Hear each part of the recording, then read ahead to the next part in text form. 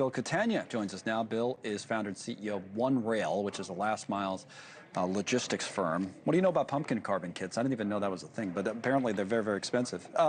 This is a big, China, we were talking about it with the president's meeting and everything else. This is one I wouldn't have thought of necessarily directly, but it just shows you how everything's connected now. What about prices this year? Well, thank you, Connell, for having me on. I didn't know about it either until I saw the article and read up on it. That's only a 60% tariff from China that's driving a 300% price increase. And Why? the reason why is you have a compounding effect within the supply chain. And then, as you saw, the retailer then has a decision to make. Do they pass it on or do they absorb it? Explain that compounding effect a little bit for people who don't understand, because it seems to me that would affect a lot of small business owners as well, who would affect a lot of small business owners who have to make exactly that decision you're talking about. How does it all work? Well, we're going to see it unfold again as the world waits to see if there's a 100% increase in tariffs with China, or 100% tariff with China. Retailers are buying ahead. So right now, retailers are buying for spring, hedging that there's a possibility tariffs will increase. That creates a huge inventory carrying cost.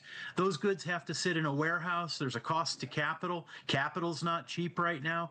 And then when you extrapolate that across the costs of the supply chain itself, the inputs that it takes to run a freight company, for example, or a steamship, those costs are compounding. So it's not just the tariff cost on the good, it's all the costs to land the good, carry the inventory because of hedging and other practices. Right. I'm just thinking, we're looking at like big companies that make candy, Snickers and Skittles and all this kind of thing. But say it, just for argument's sake, like some small business owner in the middle of the country, their business is making like costumes or something related to costumes. Like that would be, just percentage-wise, a much bigger deal for them. Like we had someone, it had nothing to do with Halloween, but involved in making products for children or baby products, and she was just getting killed by the stuff, by the tariffs.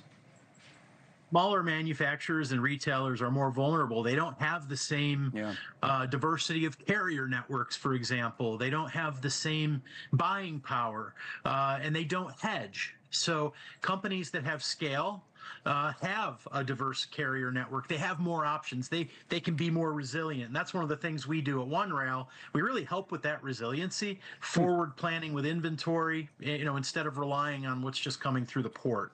That makes sense. What are you going to be this year? Something domestic yourself, or? I'm not sure yet. I think really? I think this year I'm going to be, maybe I'll be a race car driver. The U.S. We gotta buy the product here, buy the costume here. Thank you, Bill. Bill Catania. Thank you.